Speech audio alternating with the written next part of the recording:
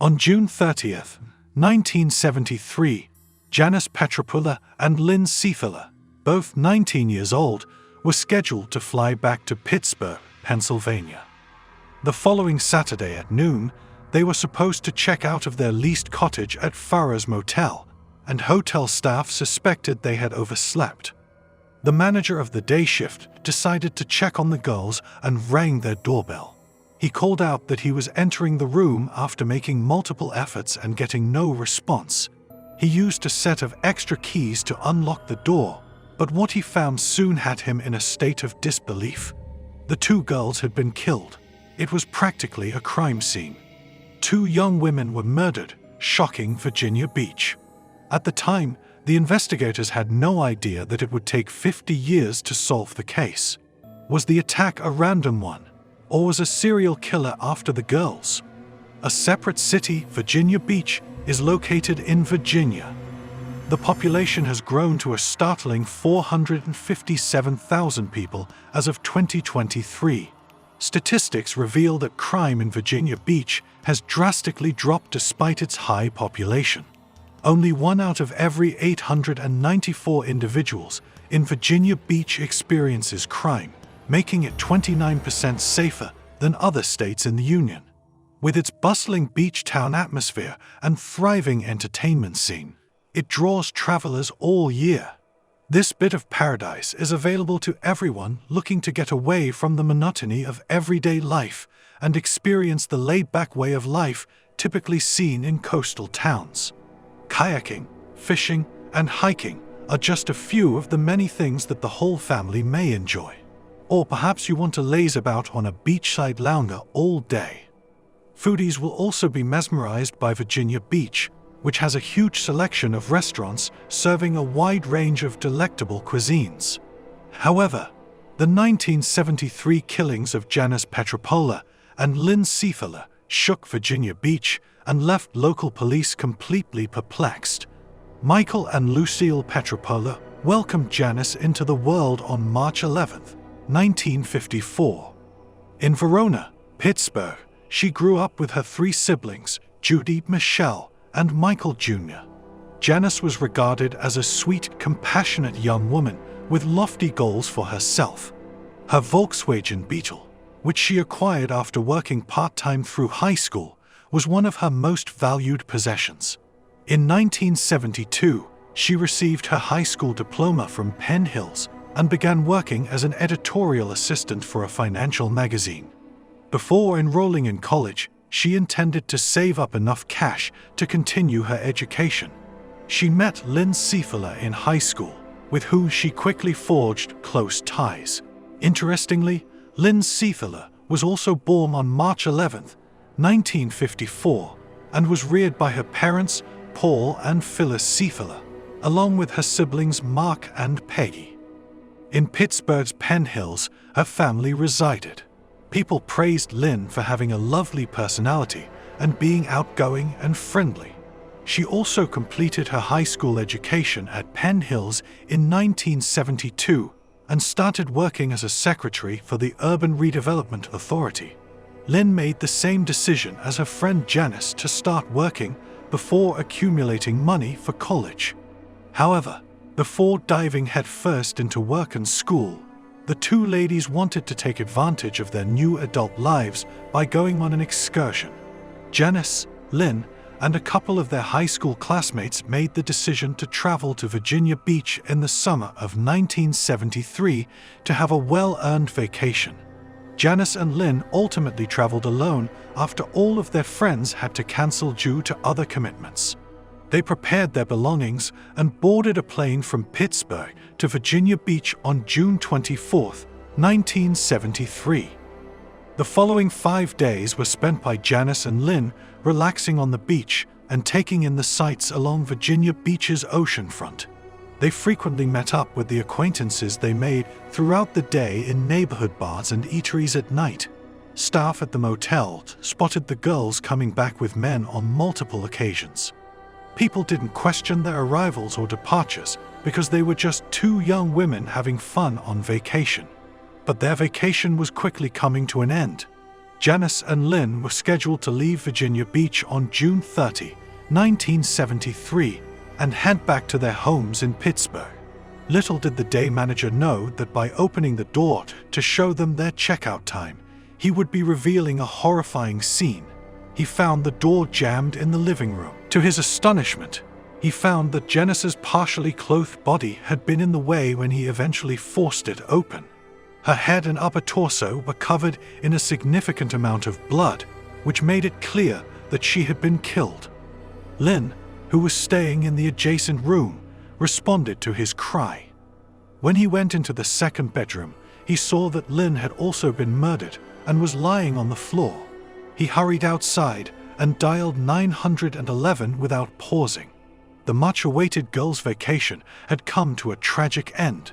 Within minutes of receiving the report, police showed up and entered what could only be characterized as a frightening crime scene. The two girls had been murdered and dumped on the ground like toys. They were confronted with evidence of a violent altercation. The possessions of both Janice and Lynn were dispersed across the space. Both girls were ultimately slain by gunshot wounds to the head after their corpses had been tortured and bloodied. Investigators kept looking for hints as the remains were removed for an autopsy to discover the precise cause of death. There was a window screen outside the cottage. The killer is thought to have entered through a window, according to investigators. They were unable to tell whether the murderer had already been in the room when they arrived or had entered while they were fast asleep. They were also unable to determine if the incident had been premeditated or was a random act. They observed that the crime scene appeared more like a staged robbery as they sought additional hints, dusted for fingerprints, and gathered probable forensic evidence. The room has not lost any valuable items. Robbery as a motivation was disregarded because whoever had broken in meant to injure the girls rather than steal from them. In the room, they also found 3 phony identification cards. Investigators came to the conclusion that the girls had purchased alcohol using these cards. Another girl who is not clearly a member of the group owned the 3rd card. At the scene of the crime, forensic teams discovered bullets, but they were too heavily damaged to determine the caliber of the weapon. They could only infer that the weapon may have been a handgun with a smaller caliber. Even more unsettling information came out during the autopsy. The girls were killed several hours before they were found, which indicates that it probably happened early on Saturday morning. Before being shot 3 times in the face, Janice had already been beaten, strangled, and assaulted. Even though Lynn hadn't been attacked, she had been beaten, strangled, and the victim of a 4-inch neck slash before being shot twice in the face. Traces of blood that matched Lynn's were found on a broken wine glass that was found in the space. The girls' skin was swabbed, and forensic evidence was taken from under their fingernails. This was kept in a secure location so that forensic analysts could use it. Investigators had more questions than answers following the case. Who would want to hurt 2 girls when they are on vacation? And why might they do it? The investigation got underway seriously thanks to William Hayden, a captain with the Virginia Beach Police Department. They started by asking hotel personnel about the previous evening when the incident occurred. The night manager admitted that between 11:30 p.m. and 1 a.m. the previous night, he had observed the girls returning. They were alone and seemed happy. Other staff members were questioned, and they learned that during the course of the girls' 5-day vacation, the girls had established a number of male friends and had invited them to their rooms.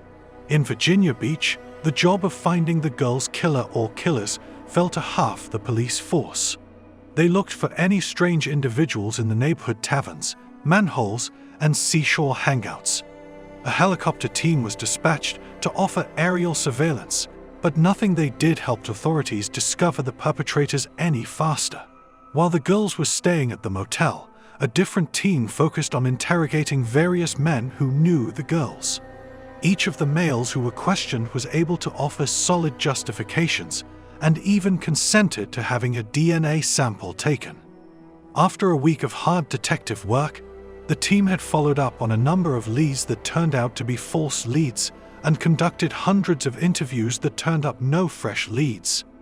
The commanding officer of the Detective Division in Virginia Beach, Captain Richard C. Davis, stated that several possibilities had been ruled out and that there were no longer any recognizable individuals that needed to be looked into. On July 5, 1973, the families of Janice and Lynn laid the girls to rest in Pittsburgh, Pennsylvania, while the investigation went on in Virginia Beach. As the years passed, authorities ran into more dead ends due to a lack of leads. As new technology began to evolve, investigators working on the case evaluated the forensic evidence they had found. DNA testing was still being developed as well, but the outcomes weren't good enough. They were able to determine that the weapon used was a .22 caliber pistol thanks to advances in technology. After Janice and Lynn's murders had occurred 11 years earlier, a new intriguing lead did emerge. In order to examine two suspects whose names had come up during the first investigation, Captain Hayden followed up on a lead that had him going out to Los Angeles in 1983. After it was learned that the two guys had not been at all engaged in the murder of either girl, this lead likewise failed to materialize. Investigators also looked into the possibility that Janice and Lynn were the victims of a potential serial killer in the Virginia Beach region. The victims, who were roughly the same age as Janice and Lynn, were the only connection the investigators could make to the unfolding case. There had been 11 murders of girls. They were all Caucasians, young and handsome. Other than that, there were no characteristics in the instances that may have connected them all, yet this continued to be their best chance. Investigators wanted to solve the murders of Janice and Lynn by locating the alleged serial killer. But by 1988, the probe had run its course. 1,300 pages of notes and investigation files made up the massive dossier at the Virginia Beach Police Department, but the case had been closed. Detectives investigated the case over time, pursued leads, and retested forensic evidence. There were no hits. Therefore, the file was once again stored away to be examined later. The cold case received its first concrete lead in over 45 years in 2018. The murders of Janice and Lynn were once again looked into during a review of cold cases conducted by the police department. Since DNA research has advanced significantly over the past 40 years, the researchers decided to use the new technique. The forensic evidence from Janice and Lynn's autopsies was sent for analysis using cutting-edge techniques. They got a positive result after uploading the freshly created DNA profile to the national database. To aid in the investigation, the Virginia Police Department sought assistance from a number of other police departments and law enforcement organizations. These organizations included the New York Police Department, the Federal Bureau of Investigation, and the Naval Crime Investigation Service. They used their study to connect the DNA to a man who was currently residing in New York, but had previously lived in Norfolk, Virginia, in the 1970s. The individual was now a veteran and had previously served in the military. Ernest Brodnax was the man's name. On April 8, 2019, police detained Ernest Brodnax, who was 81 years old. It has been nearly 5 decades since 2 teenagers were murdered, and now police say they finally caught the person responsible. New York City police arrested 80-year-old Ernest Brodnax for the cold case murders. They believe he killed the 2 girls who were staying at a beach house in Virginia Beach back in 1973. He had been residing in a colony of veteran-friendly, cheap housing in Queens, New York.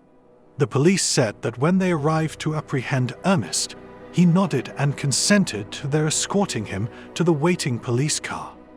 Ernest was described by neighbors as a nice and helpful person who also made an effort to assist others in his community. He was very nice. He was very calm.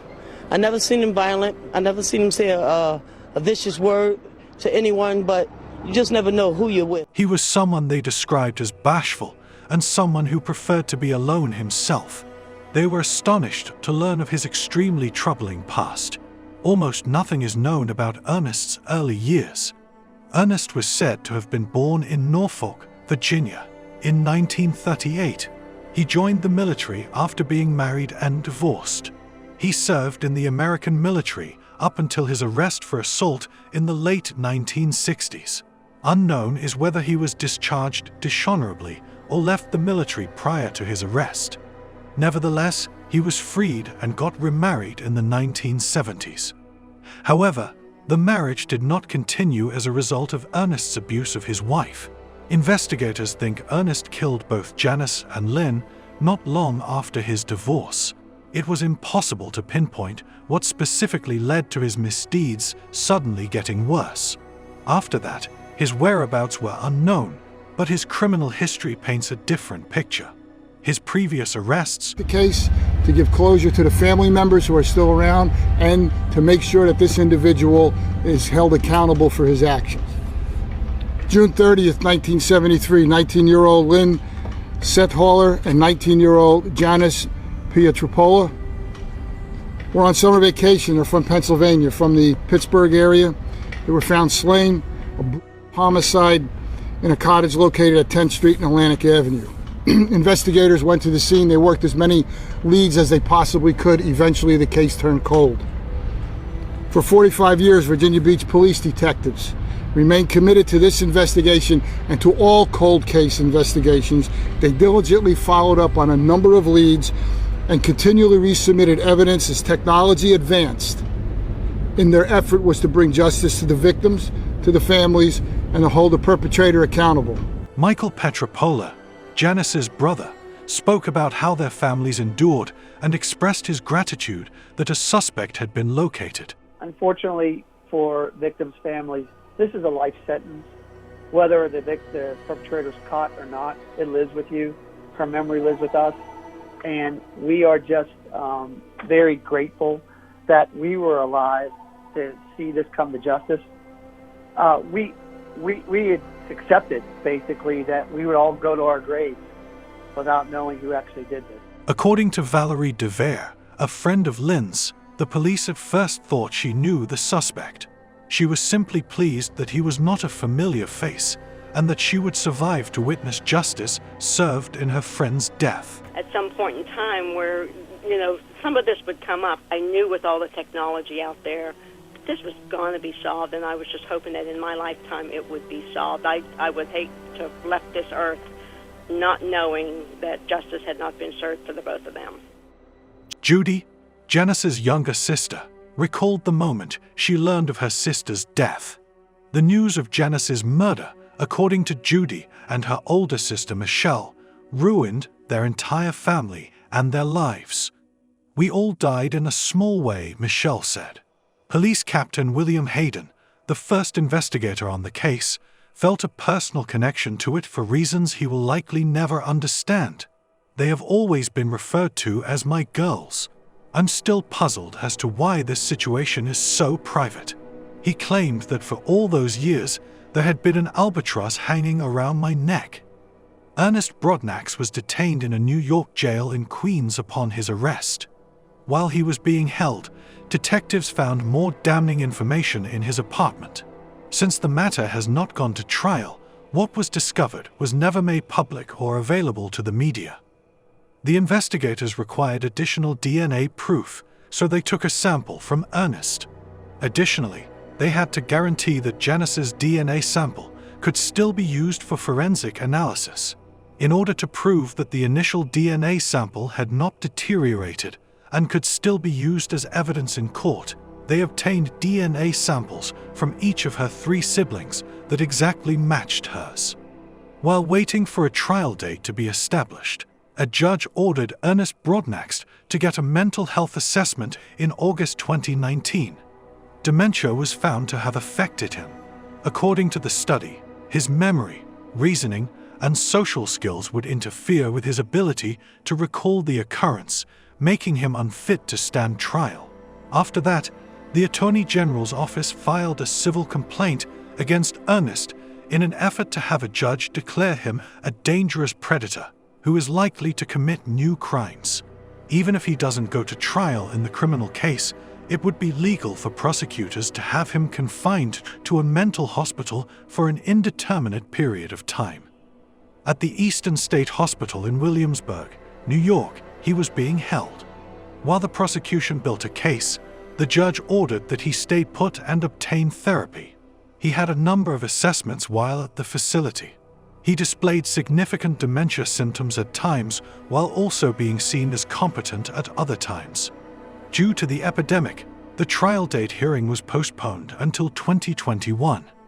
A court hearing to decide whether Ernest would face trial was held in the latter half of 2021. A Virginia Circuit Court judge ruled that there was sufficient justification for a trial to be held in order to ascertain whether Ernest would be likely to resume his violent behavior given his late age. After witness testimony from clinical psychologist Michelle Seilinger, cold case detective Christy Curtis of Virginia Beach, and arguments from Ernest's attorney Thomas Shepard, this was decided. Ernest reportedly recounted working at Nick's restaurant on Virginia Beach's oceanfront in the early 1970s during Curtis' interview with him. According to testimony from Curtis, he referred to Lynn and Janice as peep show girls and recalled both of them.